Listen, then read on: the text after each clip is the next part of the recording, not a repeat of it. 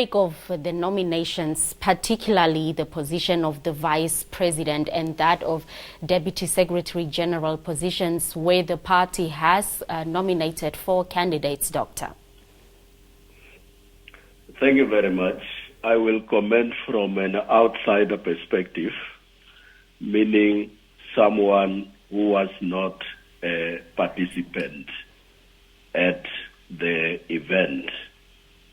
The first point to make is that this is an internal party democratic process. Secondly, is to emphasize that political parties exist to contest and capture state power in order to govern. Although it is an internal party democratic process, both the internal as well as the external environment is critical. Someone assumed there was a serious diagnosis and understanding of the challenges that are facing the country. And we hope that it was not a mechanical process, but a process that was informed by the challenges facing the country. Therefore, one of the observations is in the categories that you have indicated, there seems to be an overcrowdedness of contestants, which, if not properly managed, can lead actually to factionalism and divisions. But someone hopes that those issues have been taken into account. Now, Doctor, you said your use of the word overcrowdedness, saying that if not properly managed, it may turn out otherwise. In this case, as an analyst, what would you then say is the proper way to manage all those positions where the party has more than 1 or more than 2 candidates? Yeah, like I've explained, is a diagnosis and understanding of the challenges that are facing the country. Remember that we are now at a stage of the limitations of political independence. Political independence is about, or independence is about the restoration of the dignity of the people, especially the African people. So you are beginning to hear voices that seems to suggest, is our lives going to improve as a result of independence? You are also hearing voices that are beginning to speak about the nation question. The nation question is basically about the exercise or the organization of the nation state of society. So it's about who's the members who are in and who are the members that are outsiders in the affairs of the state. In other words, for me, the key consideration should be what are the attributes that we are looking for the leader of a party and eventually the leaders of the state or government. What are the attributes both in terms of personal skills and values as well as competency? Now, if these are the main considerations, then you should not be having too many candidates because you are looking at who is the best amongst ourselves to lead us both internally as well as to lead us to contest for state power or to retain state power. So it should not be overcrowded because the interest is who is the best amongst us to lead us, and that is basically it. But if you are having too many people, then obviously you might be losing out in terms of what is it that we are looking at, both in terms of personality traits as well as competencies. Now, Doctor, earlier you spoke about a potential situation where slates may be formed or teams may be formed.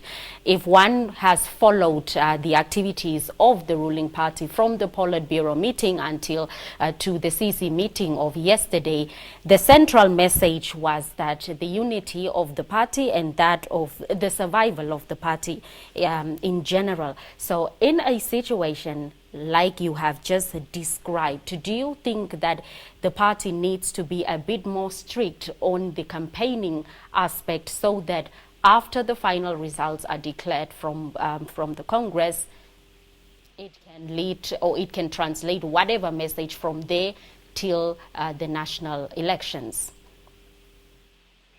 Yeah, you are correct. The process needs to be managed properly in terms of what is the vision that we have, both for the party as well as for the country.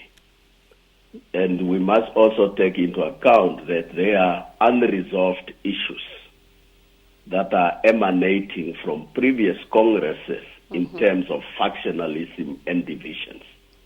And the party cannot afford to exhibit tendencies of factionalism.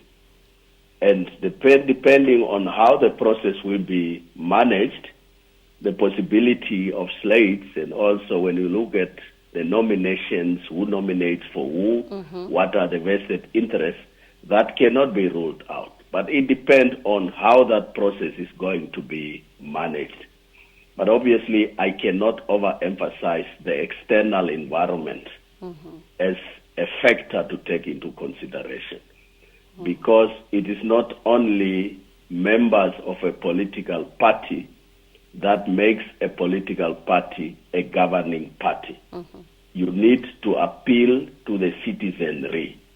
And if these tendencies of factionalism, infighting, and so on are not being managed and it exhibits itself, you are likely to have some of the citizenry whom you will not appeal to, and therefore it has implications on your result. So slate politics is not a thing that someone will encourage in the context of the situation in which we are finding ourselves, of the challenges that are facing this country.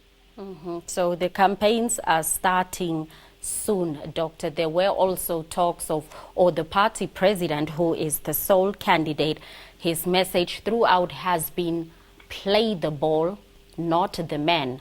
Now, with all the candidates contesting for crucial positions, a number of them that is, do you think that that message will be adhered to?